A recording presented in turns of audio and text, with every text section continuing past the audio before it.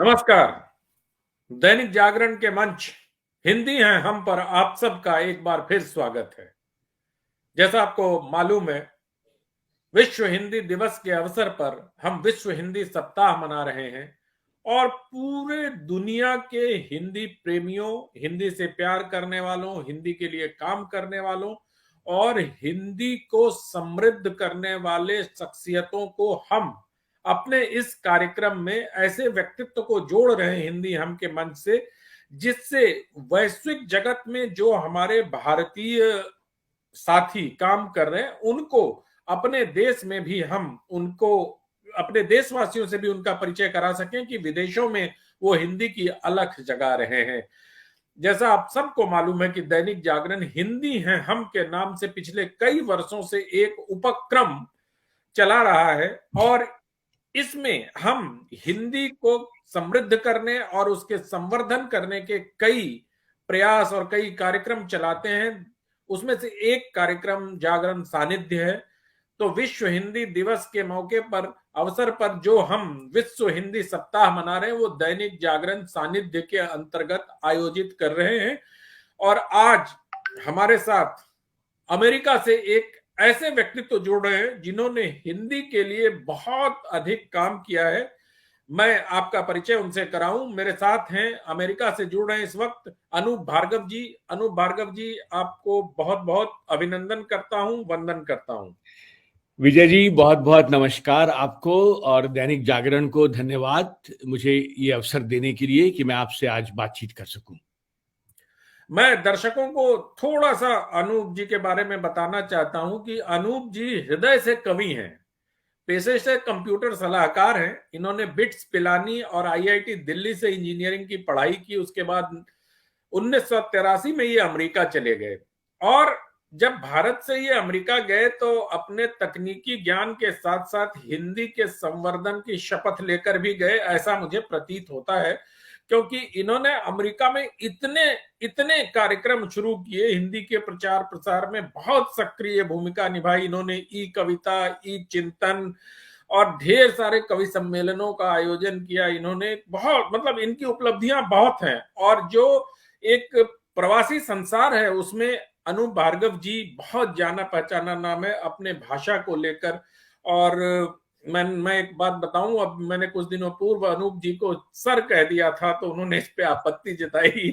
तो खैर, ये उन्होंने 2019 में कविता की पाठशाला के नाम से एक कार्यक्रम शुरू किया था और अभी बहुत कुछ ही दिनों पूर्व इन्होंने हिंदी से प्यार है ये एक कार्यक्रम शुरू किया है। और इस बारे में अनूप जी से इस बातचीत के दौरान हम पूछेंगे कि क्या है इनकी परिकल्पना। इनको 2006 में उत्तर प्रदेश सरकार का विदेश प्रसार सम्मान और 2015 में भोपाल में आयोजित विश्व हिंदी सम्मेलन में प्रधानमंत्री नरेंद्र मोदी के हाथों विश्व हिंदी सम्मान भी मिल चुका है। तो अनूप जी, एक बार फिर से मैं दैनिक जागरण के इस मंच पर आपका स्वागत करता हूं। एक बार फिर से धन्यवाद विजय जी और बातचीत शुरू करते हैं।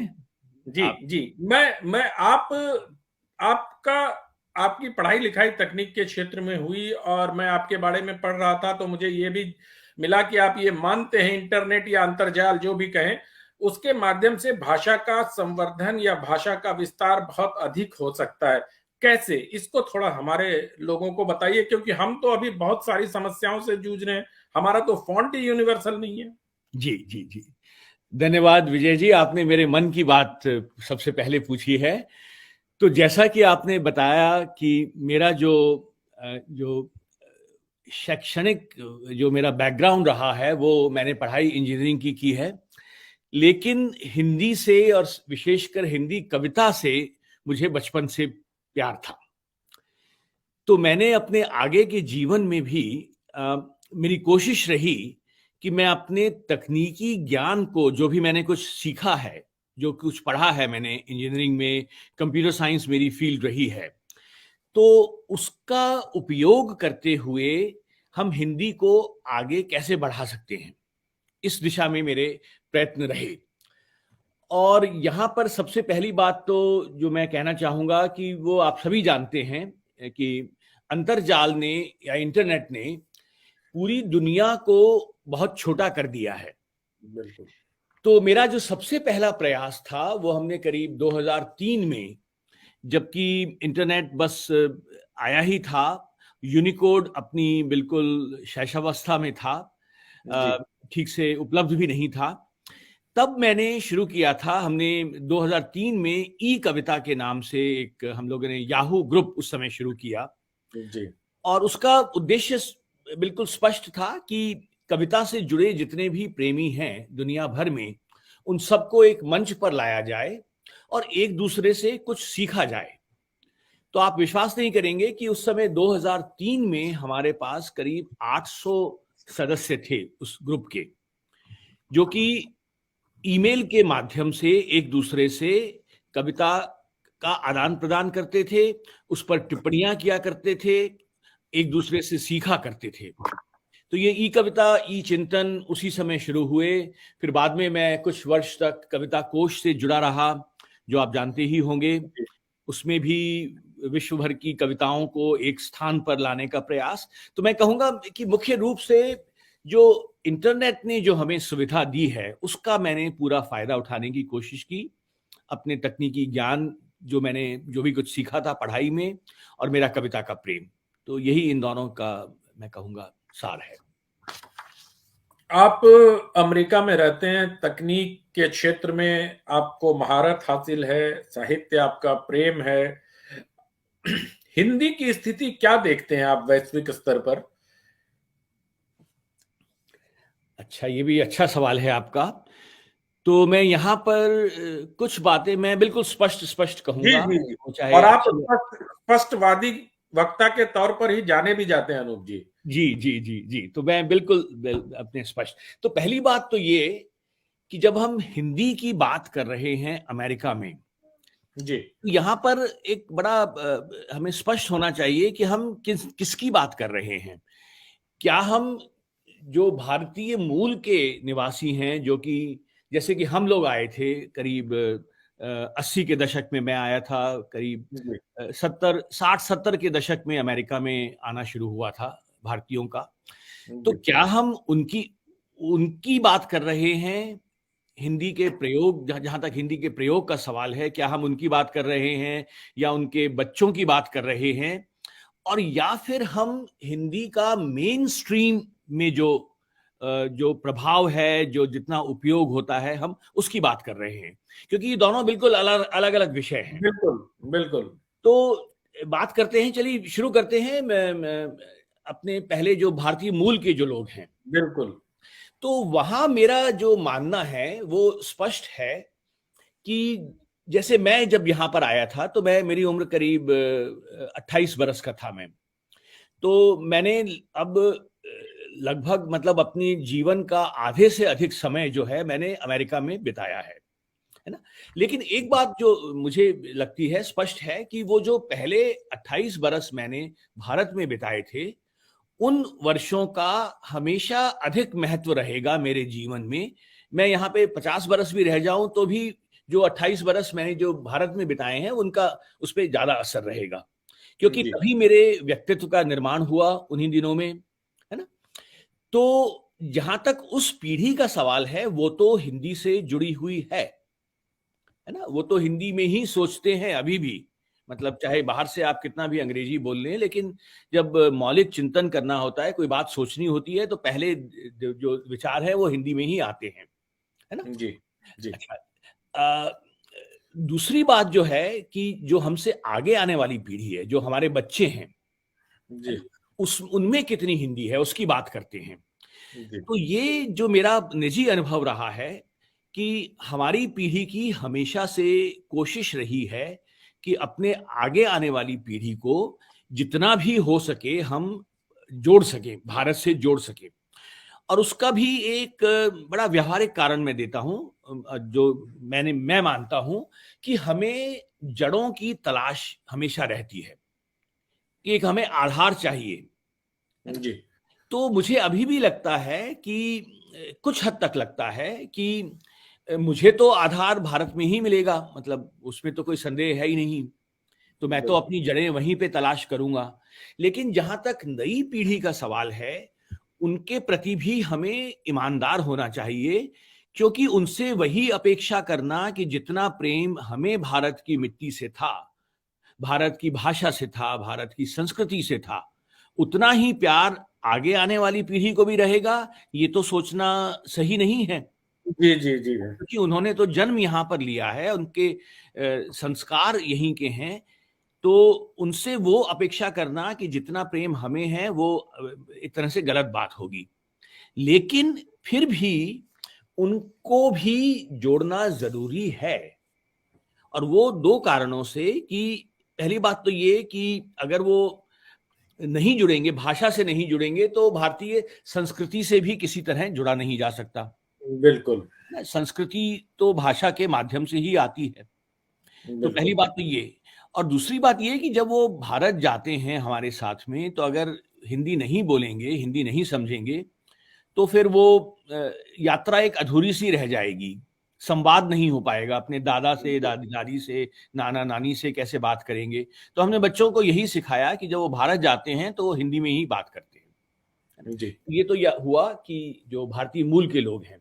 अब जी जो दूसरी बात जो है कि मेन स्ट्रीम मीडिया जो है, और जो अमेरिकी नागरिक हैं, उनमें कितना हिंदी का प्रभाव देखा जा सकता है। तो यहां पर मैं ये स्पष्ट कहना चाहूंगा कि जो मेन स्ट्रीम मीडिया है उसमें हिंदी का उतना ही महत्व होगा जितना कि भारत का महत्व होगा। अच्छा।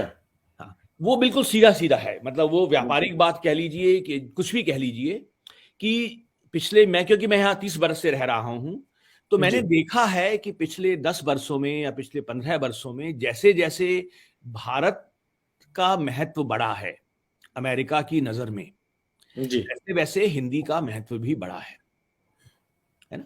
तो जब आप देखते हैं कि सत्य नडेला हैं या सुंदर पिचाई हैं, जितनी भी बड़ी टेक्नोलॉजिकल कंपनीज हैं, उनके जो सीईओ हैं, आईबीएम को ले लीजिए, गूगल को ले लीजिए,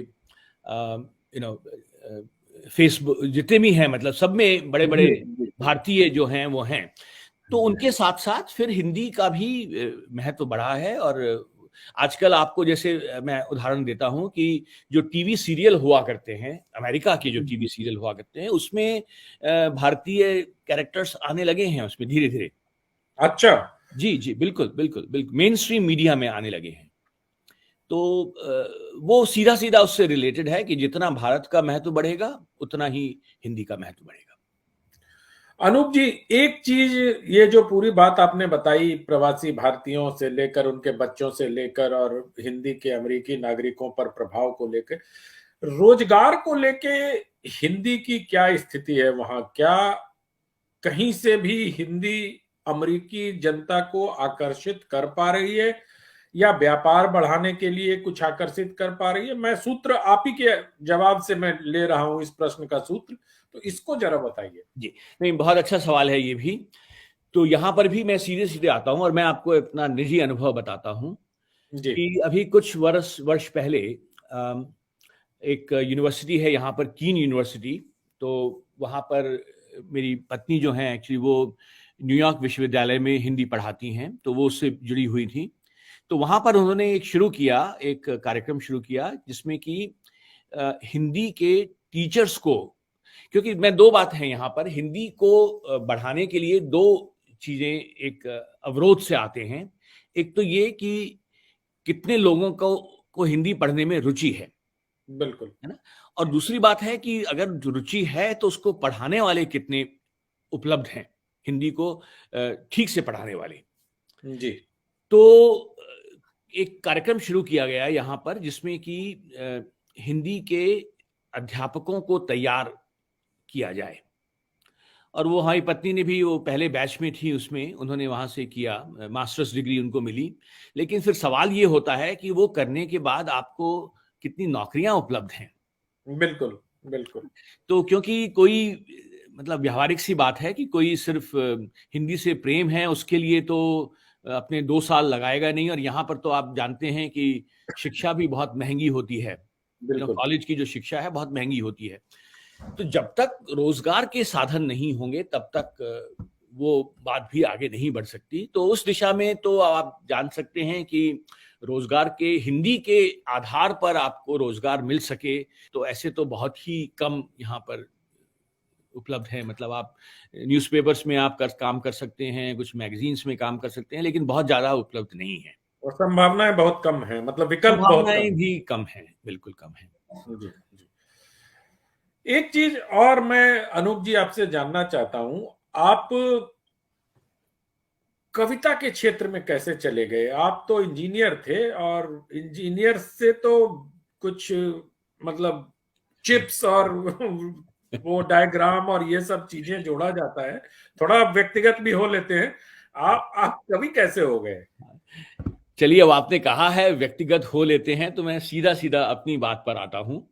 जी। तो ये बात है, मैं करीब जब 9वीं कक्षा में जब मैं आया था, तो हमारे समय में 9वीं कक्षा में आप तय करते थे कि आपको क्या बनना है ना? तो उसमें सीधे सीधे विकल्प होते थे कि अगर आपको डॉक्टर बनना है तो आपको साइंस बायोलॉजी लेनी होगी, इंजीनियर बनना है तो साइंस मैथमेटिक्स लेनी होगी, और अगर कॉमर्स करना है तो आप कॉमर्स लेंगे आप, और अगर आपको उसमें लिबरल आर्ट्स में अगर आपको कुछ करना है तो आप आर्ट्स का सब्जेक्ट लेंगे। तो आप विश्वास नहीं करेंगे कि मैंने अपने घर वालों को बिना बताए 8वीं कक्षा के बाद मैं आर्ट्स की कक्षा में बैठना शुरू कर दिया। मैंने उनको बताया भी नहीं मैंने। जी।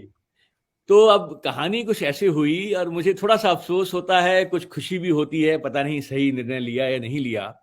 तो एक तो हमारे जो शिक्षक लोग थे, उन्हें बड़ा आश्चर्य हुआ। उन्होंने कहा कि अरे, तुम्हारे तो बड़े अच्छे नंबर आए थे, पहला तुम्हारा स्थान था 8वीं कक्षा में, अब तुम ये आर्ट्स की क्लास में क्या कर रहे हो?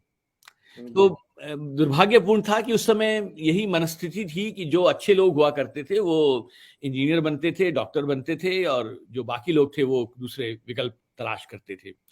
फिर घर वालों को भी पता लगा कि ये हुआ है, तो उन्होंने भी हमें जरा दबाव किया कि नहीं, बस या तो तुम्हें डॉक्टर बनना है या इंजीनियर बनना है। तो डॉक्टर बनने में मुझे बताया गया था, 15 बरस की उम्र में आप कितना समझ पाते हैं कि मतलब क्या सही बिल्कुल। है, क्या गलत है। तो बस डॉक्टर इसलिए नहीं बने कि उसमें हमें बताया गया था कि उसमें वो मेंढक काटने होते हैं, वो करना होता है।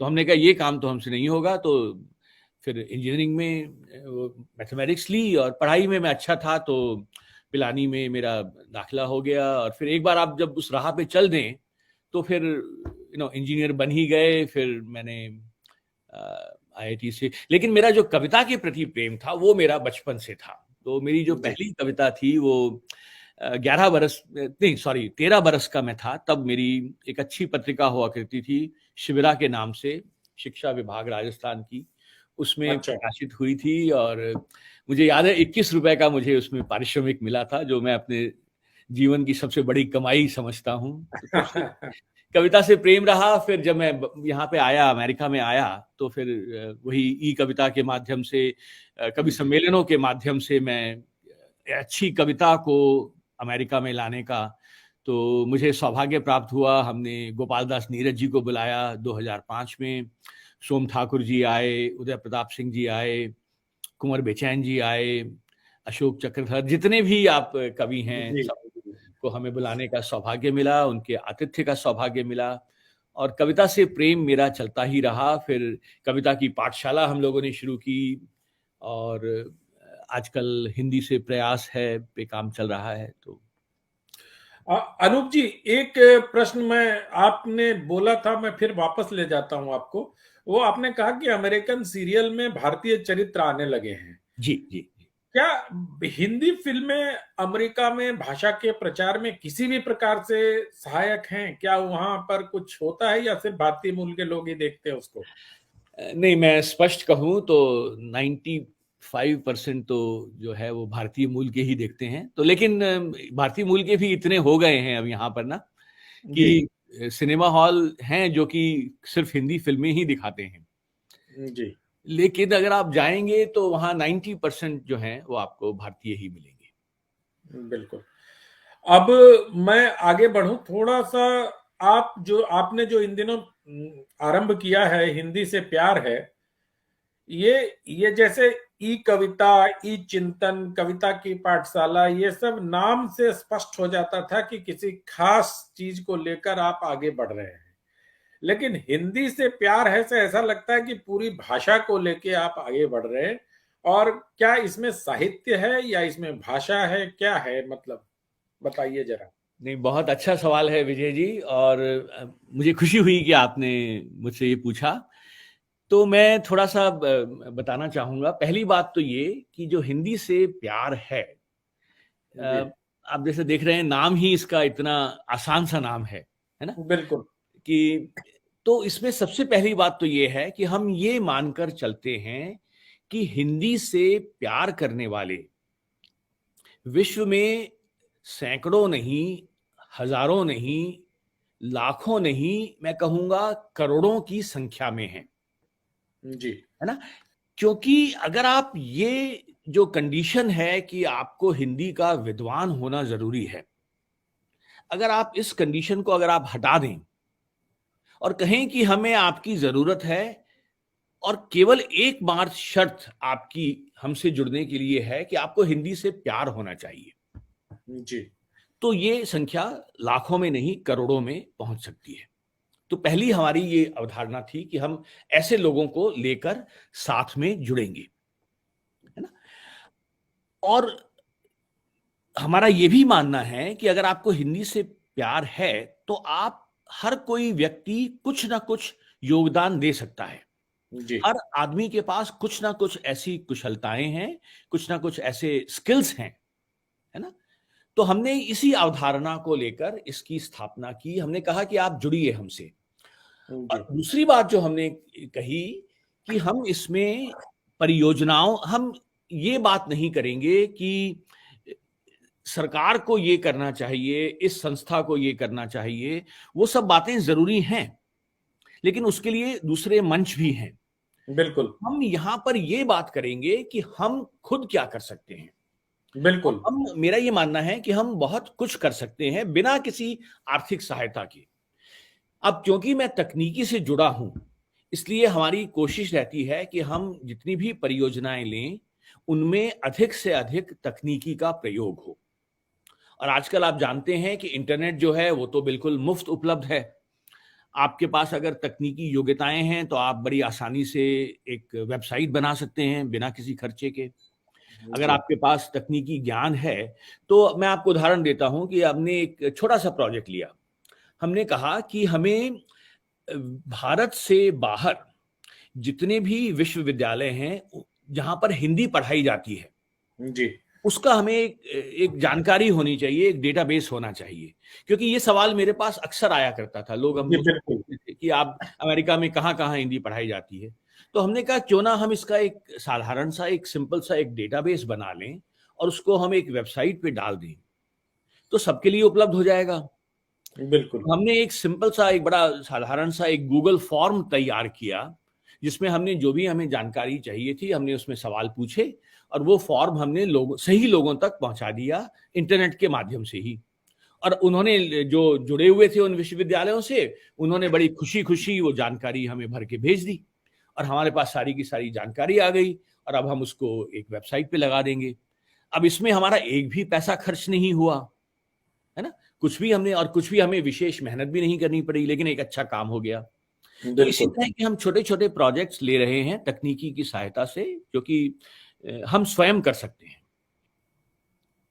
तो तभी आप मानते हैं कि अंतर्जाल के माध्यम से भाषा ज्यादा फैल सकती है, विस्तार ले सकती है। बिल्कुल बिल्कुल बिल्कुल बिल्कुल। अब दूसरा आप लीजिए कि जैसे हमें, आप तो देख ही रहे हैं कि हमें किसी भी सहायता की जरूरत है, तो हमें ये नहीं सोचना होता कि वो व्यक्ति कहाँ पर रह रहा है। जी क्योंकि जो, जैसा हम कहते हैं कि जो जो भौगोलिक आपकी जो आप जहां पर हैं, वो मायने नहीं रखती। आप दिल्ली में हो या न्यूयॉर्क में हो, अगर आपको जी सहायता करनी है तो आप कहीं पर बैठ के भी कर सकते हैं। तो हमने इसी तरह पूरे दुनिया से हम लोगों ने लोगों को जुड़े हैं हमसे, जो हिंदी से प्यार है। करीब हमारी संख्या अब करीब 400-500 के करीब पहुंच चुकी है। उसमें दुनिया के हर देश से लोग जुड़े हुए हैं और वो इसमें सहायता करते हैं। बिल्कुल।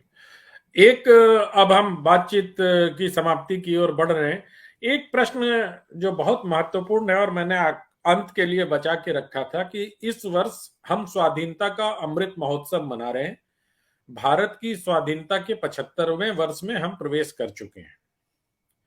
2047 में हम 100 वर्ष मनाएंगे। तो 2047 और 2050 के आसपास आप वैश्विक स्तर पर हिंदी को कहां देखते हैं अनूप जी? नहीं, बहुत अच्छा सवाल है और थोड़ा सोचने वाला सवाल है। तो 2047 की बात कर रहे हैं, तो पहली बात तो मैं खुद सोच रहा हूँ कि मैं खुद कहाँ पर होऊंगा उस समय, होऊंगा भी या नहीं होऊंगा, लेकिन हम लोग 2047 में फिर बात कर रहे और होंगे। बात करेंगे हम लोग, बिल्कुल बिल्कुल बिल्कुल। नहीं, तो निश्चित रूप से जैसा मैंने कहा कि हिंदी का प्रभाव, भारत का कितना प्रभाव है विश्व में, उस पर निर्भर करेगा, ये मेरा बिल्कुल जी, स्पष्ट मानना है ना? जी। क्योंकि कोई, हमारा तो हिंदी से प्रेम है, हिंदी से हम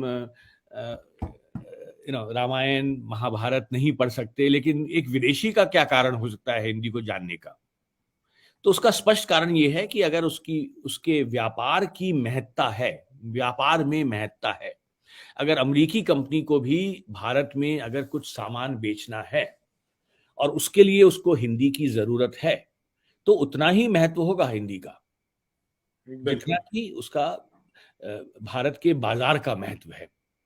तो हमारी जो आर्थिक प्रगति है उस पे हमें पूरा ध्यान रखना है, और वो हम लोगों ने बहुत प्रगति की है। मतलब मैं देख रहा हूं कि एक आम भारतीय को जिस तरह से देखा जाता है आज, वो बहुत अलग था जबकि मैं 30 बरस पहले जब मैं आया था, जिस बिल्कुल, देखा बिल्कुल, जाता। तो हमने बिल्कुल। बहुत प्रगति की है, और हिंदी तो बढ़ेगी आगे, निश्चित रूप से बढ़ेगी। अनूप जी, एक इसमें एक इसी से जुड़ा हुआ प्रश्न पूछता हूं कि भारत क्या जब राजनैतिक नेतृत्व, शीर्ष राजनैतिक नेतृत्व वैश्विक मंच पर हिंदी में बात करता है तो उसका क्या प्रभाव पड़ता है? नहीं, निश्चित रूप से अच्छा प्रभाव पड़ता है, और कोई इसमें तो दो राय हो ही नहीं सकती कि ये हमारा अपनी स्वयं की भाषा के प्रति गर्व दिखाता है। जब हम खुद ही गर्व नहीं करेंगे तो हम कैसे अपेक्षा कर सकते हैं कि एक विदेशी मूल का व्यक्ति हमारी भाषा का सम्मान करेगा? तो निश्चित रूप से जो हमने देखा है पिछले कुछ वर्षों में, हिंदी में बात करना वो निश्चित रूप से एक अच्छा संकेत है, और उसे जारी रख रहना चाहिए। कई कई मैं वैश्विक के अलग अलग विश्व के अलग अलग देशों के हिंदी विद्वानों से बात कर रहा था, तो उनमें से ज्यादातर लोगों का ये कहना है कि पहले जो मंत्री आते थे वो भी अंग्रेजी में बात करते थे, लेकिन अब प्रधानमंत्री और मंत्री जो लोग आते हैं वो सब हिंदी में बात करते हैं। तो इसका एक बड़ा ही सकारात्मक संदेश जाता है कि निश्चित रूप से, भारत की प्रतिनिधि भाषा हिंदी है। बिल्कुल बिल्कुल बिल्कुल बिल्कुल बिल्कुल बिल्कुल, नहीं, मैं आपसे पूरी तरह सहमत हूँ। और वो तो होना ही चाहिए। जब चीनी प्रधानमंत्री आते हैं यहाँ पर तो वो चीनी में ही बात करते हैं, तो बिल्कुल। तो अनूप जी, आप हमारे साथ जुड़े, हमें आपने समय दिया, इसके लिए मैं दैनिक जागरण की तरफ से आपका आभार प्रकट करता हूं। बहुत बहुत धन्यवाद। हम भविष्य में भी आपसे हिंदी हम के मंच पर बातचीत करते रहेंगे, ये विश्वास है मुझे कि आप समय हमें देते रहेंगे। आपका बहुत बहुत आभार, बहुत धन्यवाद। मेरी तरफ से भी बहुत बहुत आभार विजय जी, और दैनिक जागरण को भी, और सभी को नमस्कार। प्रणाम।